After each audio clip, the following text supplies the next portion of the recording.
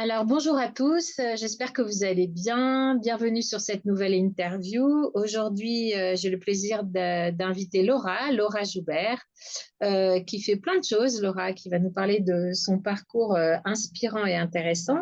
Donc, ce que je peux dire pour l'instant, c'est que Laura, tu es podologue et réflexologue. Ça occupe une grande partie de ton domaine professionnel. Et depuis 3 ans, tu t'es formée à tout ce qui est énergétique, notamment l'activation Kundalini, c'est ça? Et tu fais aussi de l'astrologie indienne. Alors, Mm. là, je te laisse te présenter, Laura, et parle-nous un petit peu de ton parcours. Qu'est-ce qui a fait que tu en es arrivée là? Oui, alors, eh bien, j'ai démarré, en fait, je suis passionnée du corps humain, donc c'est comme ça que j'ai appréhendé un petit peu la vie et le «développement personnel» entre guillemets. J'ai commencé la vie professionnelle avec, une formation dans le paramédical, donc c'était très axé, c'était beaucoup plus terre à terre, avec un accès sur l'anatomie, la biologie et tout ça. Ensuite, j'ai voulu approfondir un petit peu plus. J'avais besoin de me connaître aussi sur, plus sur le plan mental et le plan émotionnel. Donc j'avais besoin d'approfondir ces choses-là. Heu, j'avais, heu, j'avais besoin de me connaître davantage. J'avais besoin d'un outil et je suis tombée sur la réflexologie plantaire, pardon, l'astrologie védique, pardon. Et heu c'est avec l'astrologie védique que j'ai commencé à appréhender un petit peu, ma psyché un peu plus en profondeur. Je suis tombée dessus, un peu par hasard puisque ça a été au cours d'un voyage, en Inde où j'ai de la famille là-bas. J'ai des origines indiennes en partie et c'est au cours de ce voyage que j'ai eu ma première analyse, auprès d'un astrologue et Et là, j'avoue que j'ai ça fait combien de temps? Ça fait combien de temps, ça? C'était un voyage qui a eu lieu en 2019, avant le Covid. D'accord, juste avant Donc, le Covid. c'est Ok. c'est plutôt tombé au bon moment parce que juste après, j'aurais pas pu du tout le faire. Donc, ça tombait bien. Et j'avoue que j'ai été surprise. J'ai été surprise de l'analyse. Alors, c'était en tamoul, donc ma tante a fait la traduction et Ok. j'étais étonnée. Donc, ça m'a confortée dans le fait qu'il fallait que j'approfondisse un petit peu plus. Ça a poussé, hein, ça a stimulé ma curiosité, j'ai envie de dire. Donc, au départ, j'ai fait ça en tant qu'autodidacte. J'ai appris toute seule au travers de ce que je trouvais sur internet et puis ensuite, je me suis formée auprès de François Leleux, qui est un formateur en astrologie, qui a écrit un livre sur le sujet et voilà, je le suis en formation depuis 3 ans et je D'accord. propose des consultations depuis 1 an en tant qu'astrologue, professionnelle. Et j'avoue que c'est bluffant. J'ai été étonnée. J'ai appréhendé ça avec un esprit très cartésien. Je savais pas du tout, dans quoi j'allais me lancer et finalement, j'ai découvert que l'astrologie donne des informations, très intéressantes sur la personne, sur notre parcours de vie, sur, notre destinée de manière générale. Elle donne des informations sur le karma qu'on a à appréhender dans son incarnation et en fait, il y a beaucoup de choses, hein. On vit dans un environnement, l'environnement planétaire, hein, le système solaire en fait partie. On est vraiment tout petit et ignorer l'impact du système solaire sur notre existence, je trouve que, c'est presque de l'hérésie parce que finalement, je pense qu'il y a beaucoup de choses qui nous influencent, au travers déjà de l'environnement terrestre, mais aussi, de l'environnement, au-delà de la Terre, j'ai envie de dire. Et donc voilà, c'est un peu dans la tête dans les étoiles que j'ai appréhendé tout ça. Ok. Et alors, justement, donc, quand tu dis astrologie indienne, tu parles de astrologie védique aussi. Donc, la Mmh. plupart des gens connaissent l'astrologie, voilà, enfin, tout ce qu'on peut lire, tout ce qu'on a pu entendre jusqu'à présent. C'est quoi la différence? Il y a une différence déjà. Et c'est quoi cette différence? s'il y en a une. Oui, je pense que c'est bien de le préciser, effectivement. Quand un astrologue propose une consultation, en fait, il analyse le thème astral, c'est-à-dire il va travailler sur un logiciel et va s'afficher sur le logiciel la carte du ciel au moment et lieu de la naissance. Mhm, Donc, il faut connaître trois données, la date, l'heure et le lieu de naissance. Et à partir de là, on a toute une cartographie qui se dessine, qui est répertoriée dans le logiciel. Et après, c'est à nous de faire l'analyse en tant qu'astrologue. Donc, les Indiens, alors c'est issu des Védas, à l'astrologie védique. Donc, c'est très relié à l'hindouisme, à tout ce qui est issu de l'enseignement des Védas. Donc, voilà, on peut parler aussi de constitution au niveau de la médecine ayurvédique au travers de l'astrologie. On peut parler de santé au travers de l'astrologie, par exemple. Ça, c'est intéressant. Et donc, on utilise 9 éléments du système solaire placés dans les 12 maisons astrologiques qui représentent les 12 domaines d'existence. mhm, Euh, donc, on a les 12 signes du zodiaque qu'on connaît tous, du mhm. bélier jusqu'au poisson. Et voilà, au travers de tout ça, va sortir une analyse d'1h30 à peu près pour euh, vraiment avoir quelque chose de complet.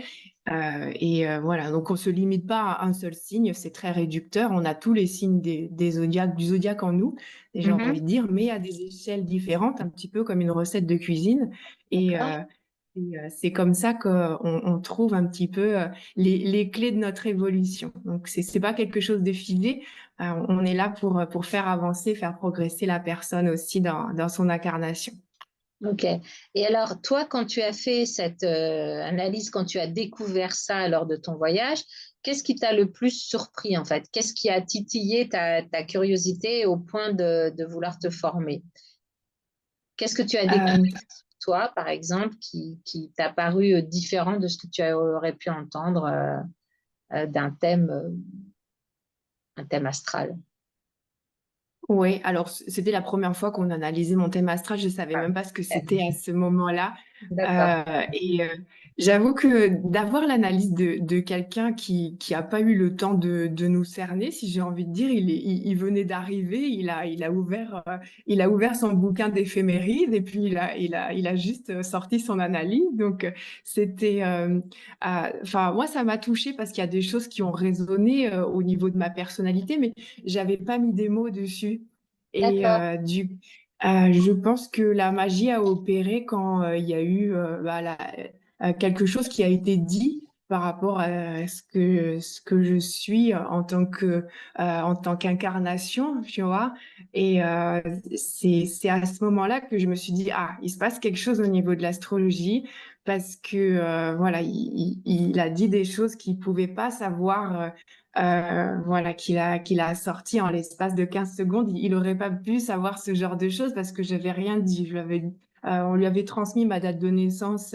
Voilà, c'était même pas moi qui lui avais donné ma date de naissance, c'est ma tante. Donc, il me connaissait pas du tout. Il m'avait jamais vue.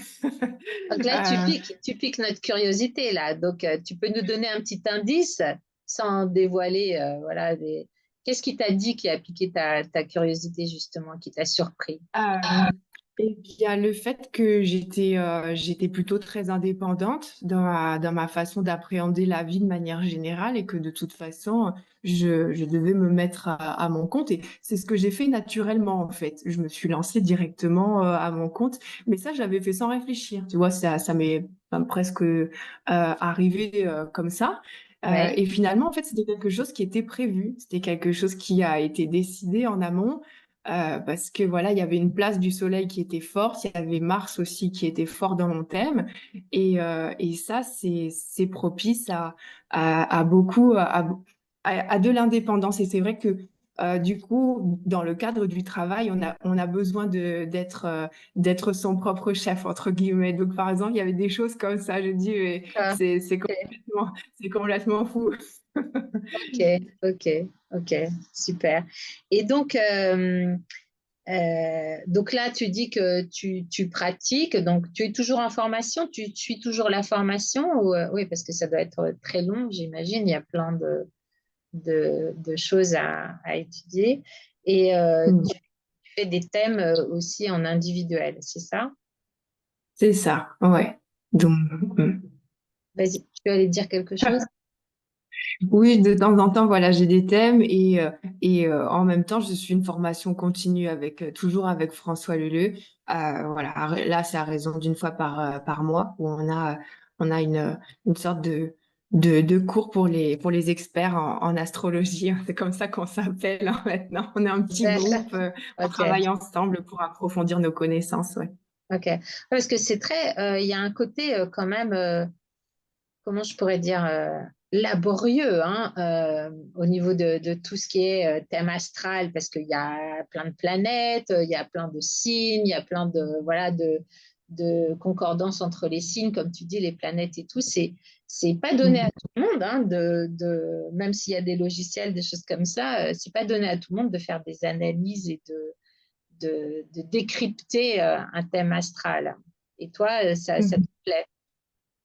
Oui, tout à fait. Oui, c'est vrai que ça a été un apprentissage passionnant et peut-être un réapprentissage parce que, voilà, quand on est captivé par un domaine en particulier, en général, c'est qu'on se connecte à des connaissances, de vie antérieure. Il y a quelque chose qui résonne en nous, de manière très profonde et on a une facilité déconcertante à apprendre ce genre de choses. Alors que dans d'autres domaines, je suis incapable d'apprendre les choses par cœur et là, ça s'est fait avec pas mal de simplicité et comme on disait, il y a une idée qui me vient. C'est vrai qu'on en avait parlé, mais je propose aussi une micro-analyse en live sur ma chaîne TikTok. Et là, voilà, j'ouvre les thèmes de ceux qui le demandent. Puis je leur fais une petite analyse pour qu'ils découvrent un petit peu ce que ça peut donner. Et c'est au travers de toutes ces analyses et même celles que j'ai fait en individuel que j'ai saisi qu'en fait, on ouvrait une porte sur l'énergie de la personne et même sur l'énergie de son âme.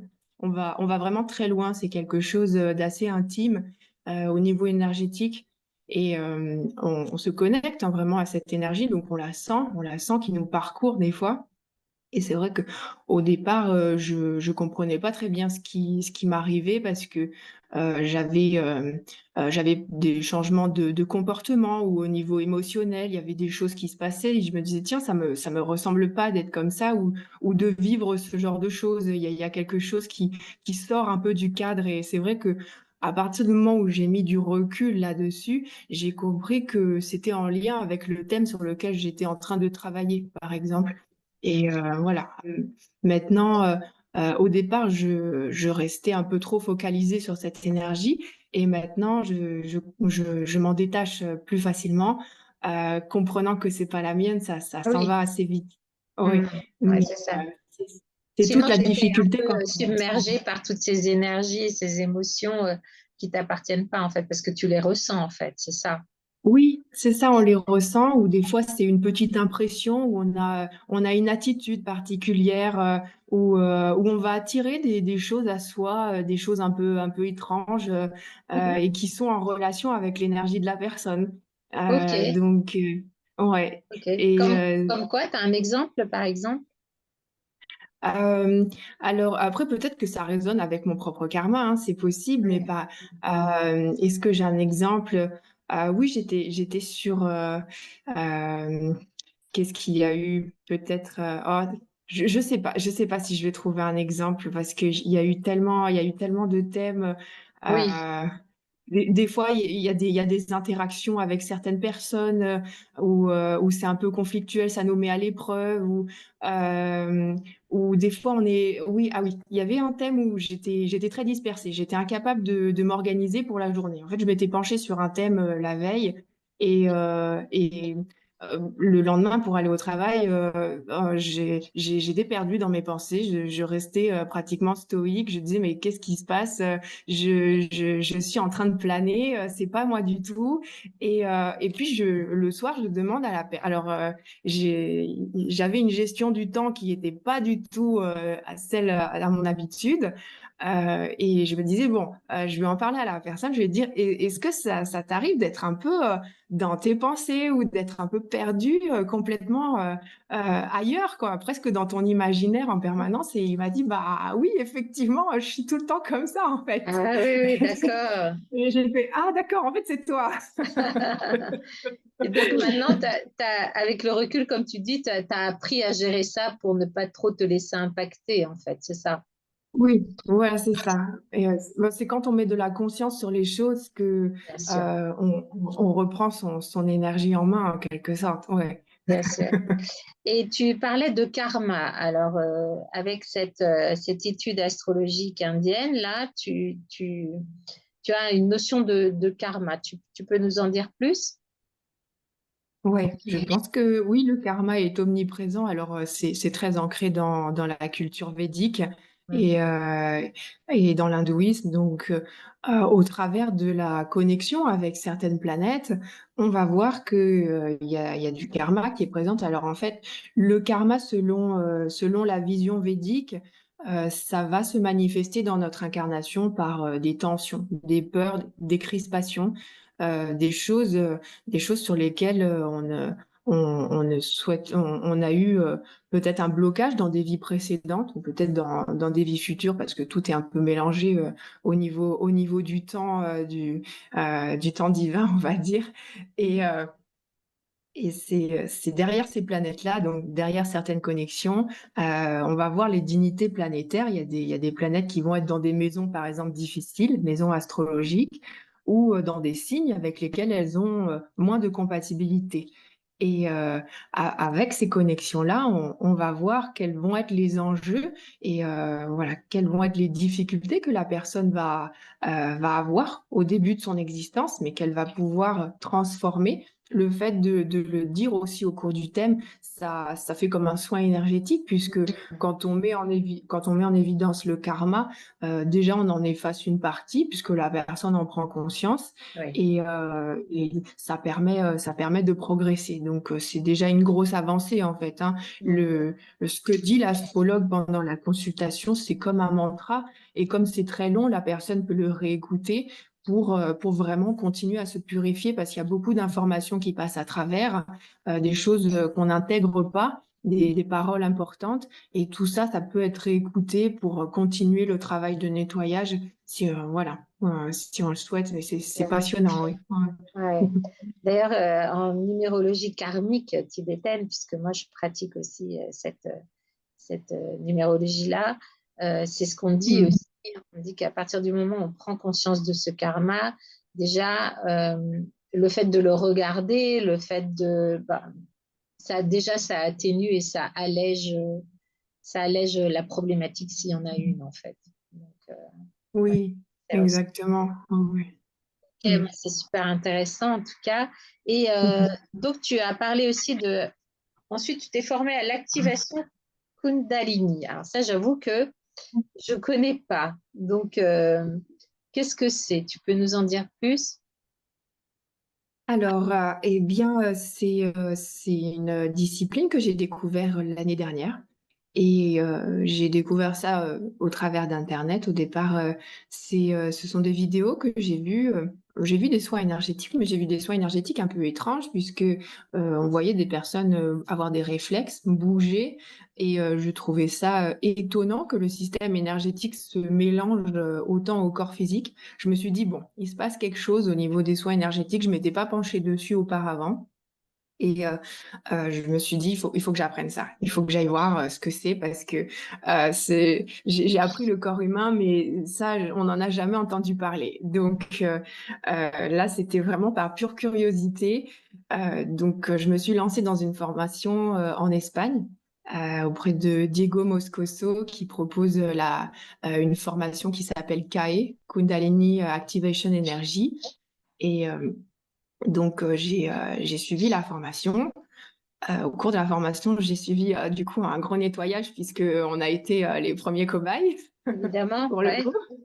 Je m'attendais pas à ce que j'ai traversé parce que du coup, bah, forcément l'énergie Kundalini, elle vient monter progressivement, au travers, de nos chakras. Elle vient les nettoyer Donc, elle vient sortir un peu, au travers, du corps aussi, au travers des émotions qu'on va relâcher. Elle vient nous libérer de pas mal de choses et donc forcément, ça a mis le doigt sur des problématiques, personnelles. Au départ, j'ai eu beaucoup de mal d'ailleurs à ressentir les choses parce qu'en fait, j'avais des problèmes au niveau de mes ressentis, hem, voilà, dans la vie de tous les jours. J'étais coupée de mes ressentis, Oui, et ça, je pense que c'est quelque chose alors ça avait été prévu, mais c'est quelque chose qui s'était déclaré pendant l'enfance et voilà, j'avais bloqué ça. Je voulais plus trop ressentir, en fait. Et donc ressentir l'énergie Kundalini, ça m'a pris beaucoup de temps et l'énergie Kundalini, en fait, elle l'a jamais la faire et elle sait très bien sur quoi travailler puisque c'est la nôtre. Et et c'est à partir de 4 ou 5 séances que j'ai commencé à relâcher des émotions. mhm. Donc voilà, il y a eu un gros travail en amont et puis ensuite, ensuite voilà, c'est là que j'ai senti que le corps pouvait manifester, des réflexes intenses. C'est le système nerveux qui se met en action.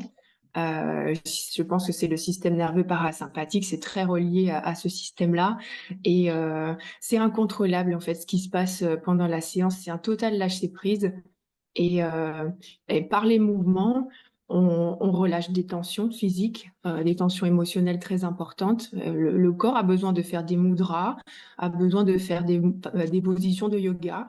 Alors, je n'avais jamais fait de yoga, auparavant, donc mais il se trouve que le corps a besoin de les faire et il le fait naturellement. Même les mudras, qui sont, des positions de la main, et des doigts un peu particulières.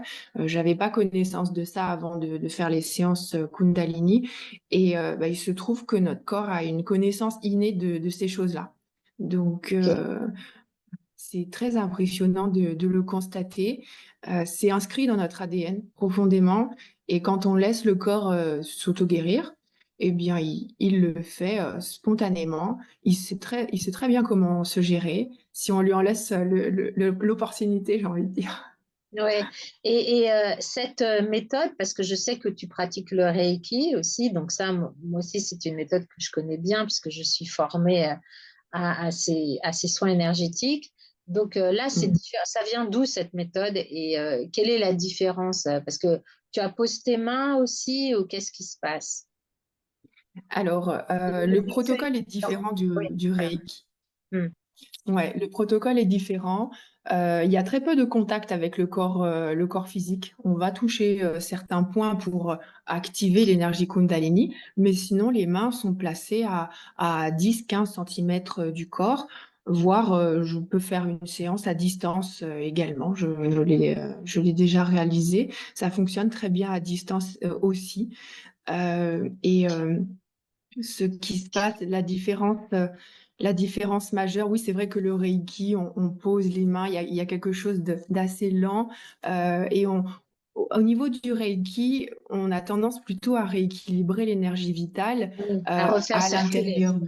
Voilà, à Hmm. refaire circuler l'énergie vitale, alors que là, dans cette technique-là, on vient vraiment se servir du stock, d'énergie qui est placé dans cette bulle qu'on appelle Kundalini, en fait et c'est un stockage énergétique qui est dormant et voilà, qu'on peut faire monter ou parfois c'est libéré spontanément. Il y a des personnes qui ont ce qu'on appelle l'éveil de Kundalini, ou des fois ils ont des activations. Alors l'activation, c'est juste avant l'éveil de Kundalini, parce que l'éveil de Kundalini, à proprement parler, ça ressemble à une éruption volcanique où l'énergie monte d'un coup et, euh, et pousse vraiment tous nos blocages d'un coup. Ça fait une grosse ouverture de conscience qui peut être presque perturbante pour la personne qui suit cette expérience.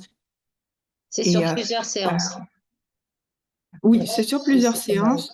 En fait, c'est comme si on avait des micro-éveils de Kundalini. Donc, Ok. ça se fait progressivement en fonction de ce que la personne est capable d'accepter. C'est personnalisé puisque de toute façon, l'énergie Kundalini, c'est ce qu'elle doit faire. Nous, on sert juste de canal. Et voilà, c'est comme ça que ça se passe, ouais, avec un fond musical également qui aide à la transe, parce que c'est une transe consciente en fait. Et ça vient d'où cette méthode? Ah oui, c'est vrai, j'ai pas répondu à ta question, mais Oui. oui, je pense que ça vient d'Inde parce que le mot pour ce type de méthode, c'est aussi Shaktipat. C'est la transmission en fait de l'activation Kundalini que le maître a eu aux disciples. Et voilà, il y a quelque chose qui se transmet en fait de maître à disciple, et c'est ce qui est vu par Shaktipat. C'est le terme sanskrit, et je pense que ça rejoint cette méthode d'activation Kundalini, même si elle porte pas le même nom. On retrouve quelque chose de très semblable. Voilà, c'est vraiment un. euh, alors, l'activation Kundalini, on peut le faire de manière passive, donc Shaktipat, ou de manière active par la méditation, le yoga, où on essaye d'un peu de contrôler ça. Mhm. Voilà, il y a différentes façons de procéder. Donc là, c'est la méthode passive pour le coup. Ok. Et tu as choisi une formation en Espagne parce que tu n'en as pas trouvé en France ou c'est la personne qui t'a plu et tu as souhaité le faire là-bas? Eh bien, je pense les deux, mais c'était pas proposé en France au moment où je cherchais, où j'ai vu ça. J'avais même vu auprès d'une dame qui proposait ça en Australie. C'est la première qui m'a interpellée avec ses vidéos, et après j'ai vu que ça se proposait en Europe et notamment en Espagne, donc c'est comme ça que je me suis lancée là-dedans. Parce que là, l'Australie, c'était inaccessible pour le coup. C'est Et un peu loin, c'est un peu plus loin que l'Espagne, oui. ouais, ouais, ouais. Et oui, c'est vrai qu'à ce moment-là, en France, c'était pas proposé. Quand je cherchais une formation, j'en avais pas eu connaissance et j'en avais pas trouvé. Donc maintenant, c'est proposé. Il y a quelques personnes qui commencent à proposer ça. Ouais. Ok, ok. Et donc, toi, donc, tu pratiques la réflexologie plantaire aussi, et j'imagine que, euh, et tu es podologue aussi, ça amène automatiquement, tu amènes automatiquement, parce que la réflexologie plantaire, c'est aussi, enfin, ça permet aussi de débloquer plein de choses. Mhm. Moi, je l'ai pratiqué aussi, enfin, en tant que pas adhérente, enfin bon, j'ai fait des j'ai participé, en tout cas, j'ai beaucoup aimé parce que sincèrement, à chaque fois, moi, ça faisait l'effet d'un massage, d'un soin du corps entier, hein, c'est incroyable, en tout cas, ça a fonctionné comme ça sur moi. Et j'imagine que le fait de faire ça, parce que c'est enfin, même si c'est une méthode et tout, c'est quand même en relation avec la personne, les énergies de la personne. Et donc, est-ce que cette pratique-là t'amène à parler de ce que tu fais à côté ou comment ça se passe? Tu arrives à faire une boucle? Comment ça se passe pour toi? Alors, c'est vrai qu'au départ, j'avais pas mis en corrélation les deux, et je me suis rendu compte que, bah, au travers de la réflexologie plantaire et des semelles orthopédiques que je faisais, que en fait, je participe à l'ancrage de la personne. Oui, En gros, mais de manière très mécanique avec les semelles, c'était un peu ça, mais je m'en rendais pas compte, tu vois, je le faisais, oui, je le faisais comme ça, et en fait, je réaligne le centre de gravité de la personne pour oui, qu'elle soit connectée par le bas et par le haut. Parce que si elle est un petit peu de travers, bah forcément, il y a des choses qui vont pas. Et le corps, il le dit. Il dit, là, je suis pas droit. Et c'est un peu ça au niveau des semelles. Et ce que j'ai compris avec la podologie, c'est que et la réflexologie plantaire, c'est que le pied, il est extrêmement nerveux. Donc, il est connecté à l'ensemble du corps humain, et il parcourt une place au niveau du cortex cérébral qui est très importante. Elle est presque aussi importante que celle du visage et des mains. Et même d'ailleurs, quand on voit la représentation du cortex cérébral, donc c'est toute la sensibilité qu'on peut avoir au niveau du corps humain. On voit un personnage avec une grosse bouche, des grosses mains et des gros pieds. Donc c'est un peu la caricature. Donc on voit énormément les pieds, et c'est très sensible. Ça donne une puissance en fait à la réflexologie plantaire et à ce massage par les pieds. Et c'est vrai que quand on soigne les pieds de l'autre, parfois j'ai même l'impression de me soigner moi-même parce que Mm. je me détends pendant la séance alors que Mm. je suis en activité pourtant et je sens les déblocages qui se font. En fait, je bâille ou je me relâche. Ah Il oui. y a quelque chose, on sent les nœuds qui partent un petit peu. Mm. Des fois, on les sent au niveau physique, mais des fois, ça se passe à travers moi où je me relâche pour au niveau de certains points où voilà, ça se fait pendant la séance. Au départ, je l'avais pas conscientisé ça non plus, puis j'ai compris avec la pratique énergétique que là, il se passait aussi quelque chose, que c'était relié. Oui, oui, ça se joue à ce niveau-là, oui. Oui. Oui, oui, oui, sans doute. Ok. Oui, tout est lié en fait par rapport à ton parcours, la podologie, la réflexologie, puis l'énergétique, etc. Tu as réussi l'astrologie, tu as réussi à faire un lien avec tout ça. Et donc maintenant, on souhaitait toutes les deux aborder un sujet un peu plus personnel, même si bien sûr ta vie professionnelle est très liée. On voit bien que tu es tout en joie, tu aimes ce que tu fais, tu es passionné, donc ça c'est un vrai plaisir de t'écouter. Et donc ton parcours t'a amené là, tu es passé par quoi pour en arriver là justement? Euh, les difficultés que tu as dépassées, de quoi tu souhaitais nous parler? Oui, alors je pense que alors j'en avais pas forcément conscience, mais j'avais besoin de développer ma confiance en moi beaucoup plus. Je pense que ça concerne plus certaines personnes que d'autres, mais c'est vrai que quand on a terminé l'adolescence, qu'on entre dans le début de l'âge adulte, on a beaucoup de choses à apprendre sur l'estime de soi. Et bon, moi j'avais beaucoup à saisir et j'avais besoin de définir les choses sur ce que j'étais, ce que j'avais besoin, ce que j'avais comme karma, par exemple, toutes ces choses-là. Les peurs, parce que j'arrivais pas à comprendre, je savais même pas ce que c'était l'ego, tu vois, j'arrivais pas à faire la différence entre ma manifestation des peurs et l'attitude authentique que je pouvais avoir. Il y avait vraiment c'était tout mélangé parce que j'avais pas conscientisé encore les choses. L'astrologie m'a permis d'aider un peu ça. Mais en fait, en apprenant tout ça, j'ai compris que j'étais coupée de mes ressentis. C'est ce qu'on a dit un petit peu au travers de l'activation Kundalini. Ça, c'est quelque chose dont j'avais pas eu conscience. C'est-à-dire que j'avais oublié cette partie-là, un petit peu de ma vie. Donc, bizarrement, ça s'est remis sur mon chemin alors que je la cherchais pas forcément. Mais voilà, ça s'est présenté quand même à moi. Et donc, j'ai découvert que je pouvais un peu ressentir les choses, mais pas vraiment en intensité. Et oui, oui, oui, il y a beaucoup de choses Alors, c'était marrant parce que j'ai vécu une enfance plutôt sympa, hein. Mes parents sont toujours à me soutenir. Donc, au niveau familial, ça allait, mais je pense qu'il y avait quand même une hypersensibilité au départ. Et cette hypersensibilité trop tôt touchée a été un peu euh, camouflé, on va dire. Oui, Voilà. qu'est-ce qui a fait, tu penses que tu t'es coupé un petit peu des émotions, de ton ressenti? C'était quoi le déclic? C'est très difficile à dire parce que quand j'étais petite, je disais des choses un peu étranges à mes parents où j'avais perçu des choses qui m'avaient pas forcément dit, comme pour ma mère qui avait fait une fausse couche avant moi.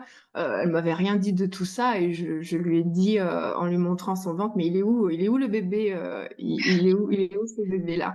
Et bon, des choses un peu comme ça. Donc je captais certaines choses et et je pense que c'est face à l'adversité qu'on connaît tous que j'ai pas voulu approfondir parce que c'était trop violent pour moi.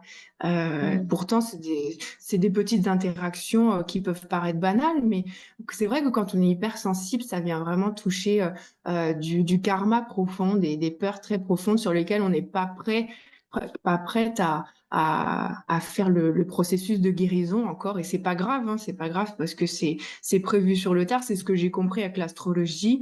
Il y avait l'aspect de Saturne au-dessus de tout ça.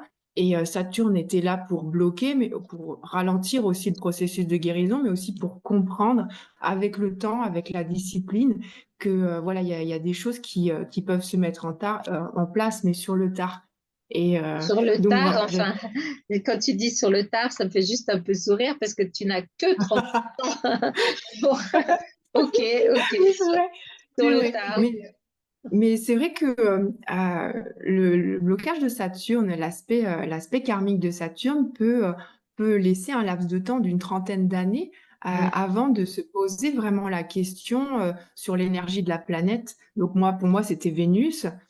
Principalement, l'énergie, alors c'est la planète de la sensibilité, la planète du monde artistique, c'est aussi la vie amoureuse, voilà, les relations et tout cet aspect-là de la féminité aussi. Mm. Donc, il y avait vraiment quelque chose d'important à creuser dans mon incarnation sur ça. Je suis en train de le faire. Je pense que c'est en cours.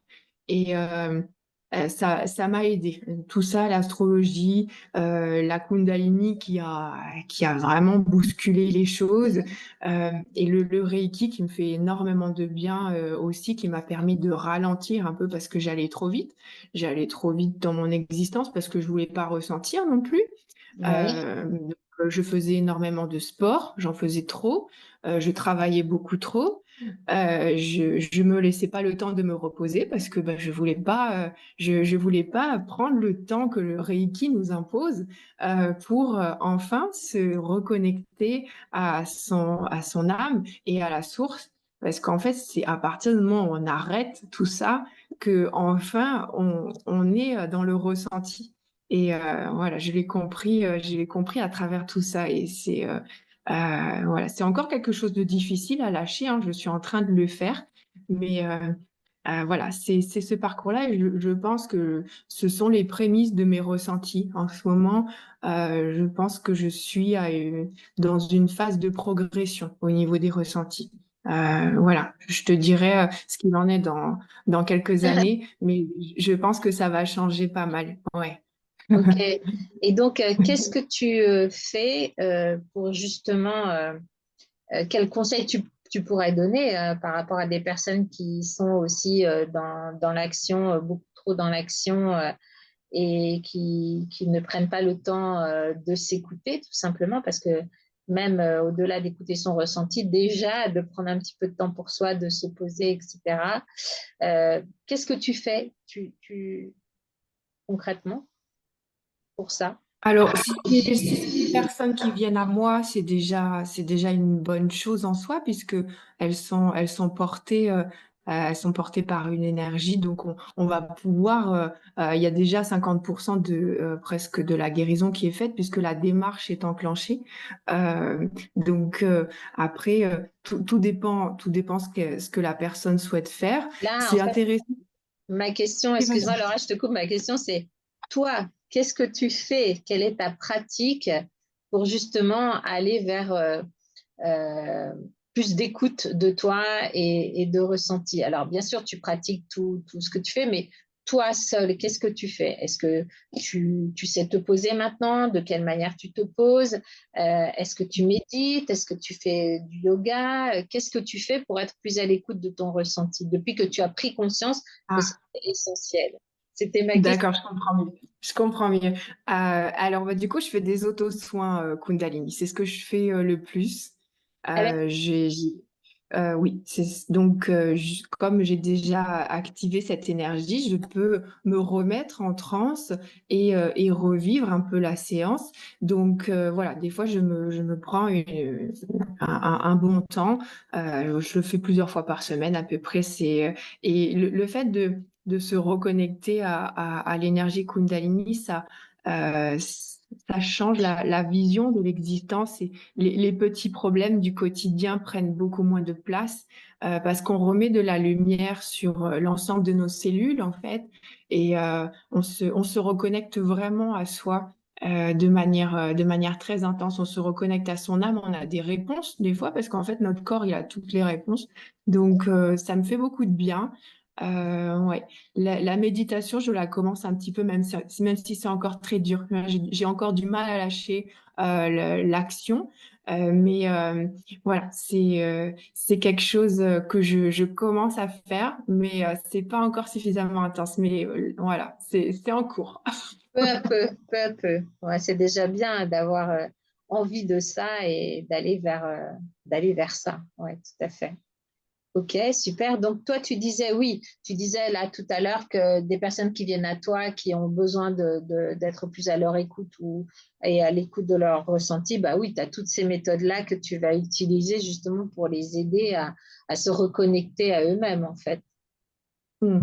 Ouais, tout à fait. Après, d'un point de vue personnel, là, c'est ce que je fais par moi-même, mais je demande à des thérapeutes aussi, de me venir en aide.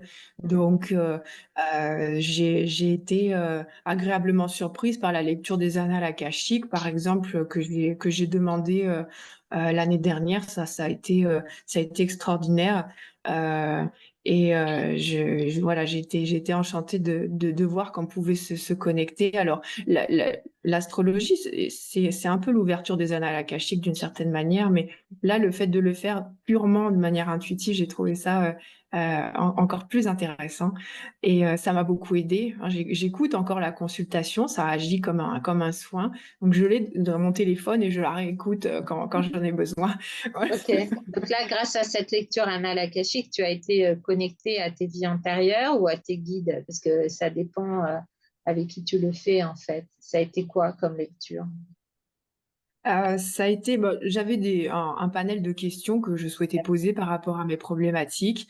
Ça a été, une connexion à, alors on a parlé des peurs, des tensions que j'avais à gérer en ce moment, et oui, on a été, alors connecté à un guide, on a été connecté à une énergie particulière qui dominait. Bah, ça rejoint un peu Vénus, donc Hmm.